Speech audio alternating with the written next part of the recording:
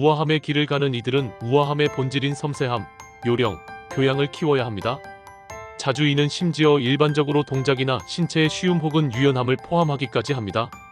이는 흔히 말하는 포화 속의 우아함, 즉 가장 어려운 상황 속에서도 영의 관대함, 매혹, 예절이 무엇인지 마스터하는 것을 반드시 포함합니다. 이들이 대개 자신의 삶에서 도전과 시험을 겪으므로 이들에게 이런 속성을 개발할 다양한 기회가 주어진다는 것은 매우 흥미롭습니다. 그러한 에피소드들을 극복함으로써 생기는 강인함과 캐릭터의 결과 덕에 자신의 가장 충만한 가능성은 꽃피며 이들은 개인적인 성취를 발견합니다. 자주 이들은 모범이 됨으로써 리더가 되는데 이는 타인들이 이들의 우아함, 매혹 및 대단한 끌어당김에 끌리게 되기 때문입니다. 이것은 이들로 하여금 자신의 견해를 위한 플랫폼을 지니게 합니다. 메시지를 나누는 것이 이들에게 중요하며 우아함의 본질에 충실하면 이 메시지는 대개 이들보다 불운한 사람들과 다른 유익한 대의에 관련됩니다. 이들은 느낌에 대한 심각성 탓의 비판, 부주의에 의한 비판 혹은 생명 트라우마, 특히 사랑하는 사람의 상실이나 죽음에 의해 쉽게 상처받습니다. 따라서 이들 중 다수는 무대 뒤에서, 즉 어떤 형태로든 삶에서 후퇴해서 살기를 선호합니다. 그러나 이들은 자주 시험대에 오르는 공감, 목적의 진지함 및 강인한 캐릭터를 포함한 엄청난 내적 자원을 지니고 있습니다. 아이러니하게도 우연한 사고나 동시적 사건이 이들의 삶에서 큰 역할을 하며 이들은 비극이 낯설지 않습니다. 스트레스를 받으면 이들은 두 가지를 선택하는데 하나는 성질내거나 방어적이 되거나 분개하거나 질투하게 됨으로써 퇴보하는 것이고 아니면 싸움을 초월해 우아하게 상승하여 자신의 훌륭한 내적 강함을 입증해 보이는 것입니다. 갈등이나 비극이 일어날 때 이들이 여전히 평온해하고 자각하며 타인을 염려하면 자기연민이나 자기 위주의 히스테리로 발전되지 않습니다. 처음에는 이것이 항상 되는 것은 아니며 평온을 유지하기가 이들에게 어려워지기 쉬운데 이는 자신이 느낌 지향적인 만큼 이들은 자신의 곤란과 자신이 사랑하는 이의 곤란에 몹시 신경을 쓰기 때문입니다. 이들이 햄릿처럼 터무니없는 운명의 돌팔매와 화살을 견디기와 고해의 바다에 맞서 무기를 들기 중 어느 것을 선택하든 얼마나 고통스러운지에 상관없이 벌어지는 사건에 대해 감정적으로 덜 집착하는 것이 이들에게 중요합니다. 그렇지 않으면 전쟁에서 응수하기나 찌르기는 이들에게 되돌릴 수 없는 상처를 입힐 수 있습니다.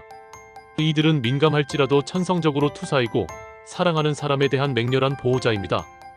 이들은 물러서지 않고 피투성이가 될 때까지 갈 것입니다. 따라서 만일 이들이 자신의 심리적 건강을 온전히 지키고자 한다면 어떤 싸움에서든 느낌을 분리하는 방법을 체득하는 것이 이들에게 명령입니다. 이들 주변에서 일어나고 있을지도 모르는 사건에서 자신의 느낌을 분리해내고 그 현실을 회피하려는 충동을 통제하며 철학적 접근법을 개발하는 것이 이들로 하여금 거리를 두도록 도울 것입니다. 이 핵심적인 공부는 일단 터득되면 많은 파생 결과를 지닐 것인데 이것이 이들로 하여금 스스로 부거한 후퇴에서 서서히 벗어나서 더 많은 공공의 삶을 영위하게 해주기 때문입니다. 격렬하게 심미적인 이들은 아름다움으로 자신을 둘러싸고 있는 한 물리적 활동의 조합이 이들에게 느낌을 계속 보유하도록 돕고 마음의 평화를 준다는 점을 발견합니다. 평생 이들은 물리적 형태의 아름다움에 끌리는 자신을 알아차릴 것입니다. 사실 춤, 경기, 승마를 포함한 모든 종류의 움직임은 이들을 매료합니다. 이들은 심지어 자신이 움직이는 방식의 어떤 유연함에 대해 주목받을지도 모릅니다. 때때로 이것은 타고났는데 아니면 어린 시절부터 이들이 어떤 면에서는 서투르다는 오랜 믿음 탓에 의식적으로 키워졌습니다. 이들이 진보하면서 자신의 몸이 점점 더 편안해지고 움직임이 더 쉬워진다고 과시하는 사실은 자주 이들의 내적 우아함의 개발을 상징합니다. 시행착오를 꽤 겪으면서 이들은 균형 감각을 주는 예술품 취미 활동을 찾을 것입니다. 자주 이들은 자신이 환경에 얼마나 민감한지를 극도로 알아채지 못하지만 사실 이들 주변에 있는 요소들의 균형은 이들의 정서 상태에 대한 지대한 귀결을 가져올 수 있습니다. 귀에 거슬리는 소리, 조잡한 건축물, 조화롭지 못한 디자인, 혹은 기타 분위기를 해치는 작용은 이 요소들이 이들에게 바르게 느껴지지 않으므로 아주 무의식적으로 이들의 생활 공간에서 결국 사라져버릴 것입니다. 물리적인 균형에 대한 자신의 본능 덕에 이들은 전통적인 배치 예술인 풍수에 대해 자연스럽게 느끼고 아마 선불교의 원리에 영향을 받아 잘 고안해서 디자인한 더 단순한 설치에서 긍정적으로 꽃피울 것입니다. 디자인에 관해 그다지 많이 생각하지 않고도 이들은 고요해지고 달래주며 치유해주는 모든 것으로 자기 자신을 둘러쌀 방법을 결국 찾아낼 것입니다. 아마도 이것은 이들이 종속되는 자주 소란스런 바깥 세계에 대한 이들의 내적 반응입니다. 이들의 내면은 자신의 외부 생활을 반영하기 시작할 것이고 이들은 더 고요함을 느끼기 시작합니다. 이들의 복장 양식도 역시 더 고상해지고 이들은 우아하고 교양 있어 보입니다.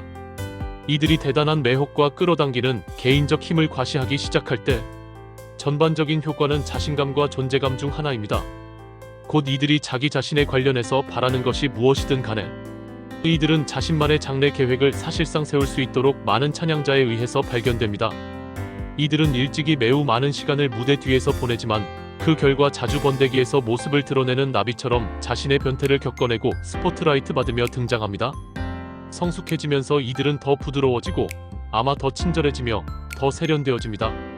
이들 중 일부는 정교하게 연마된 자신의 미적 감각 능력을 고려하면 패션이나 예술에 관여하게 될지도 모릅니다. 그 밖의 사람들은 거리와 측정에 대한 본능은 말할 것도 없고 대부분 어떤 움직임의 우아함을 완벽하게 갖추고 있으므로 운동선수가 될지도 모릅니다. 그리고 이들 중 몇몇 사람의 훌륭한 자비심과 공감은 이들로 하여금 자신의 견해를 제시하거나 자신의 마음에 드는 대의를 홍보할 기회로서 스포트라이트를 받는 자리를 수용하게 합니다.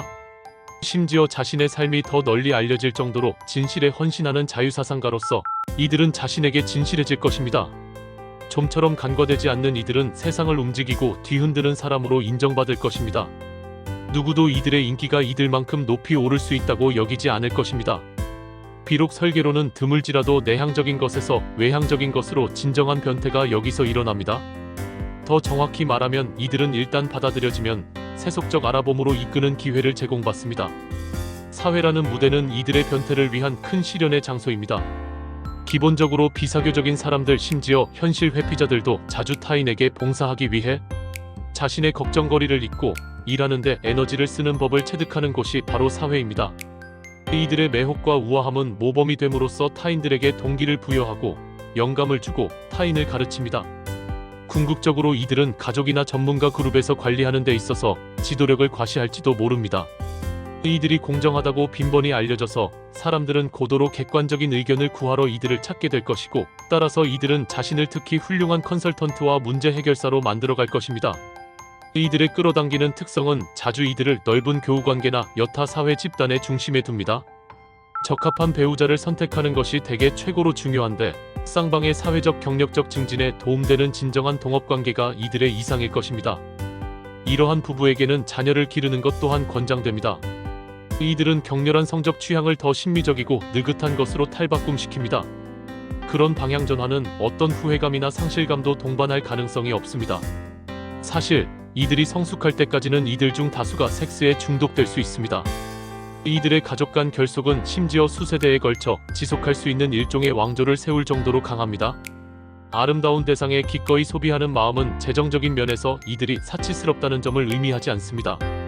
정반대로 돈을 잘 이해하는 이들은 어떤 것이 값어치 있는지에 대한 예리한 감각을 지니고 있습니다. 게다가 이들은 자신에게 돈을 끌어들이는 방법을 알고 있습니다.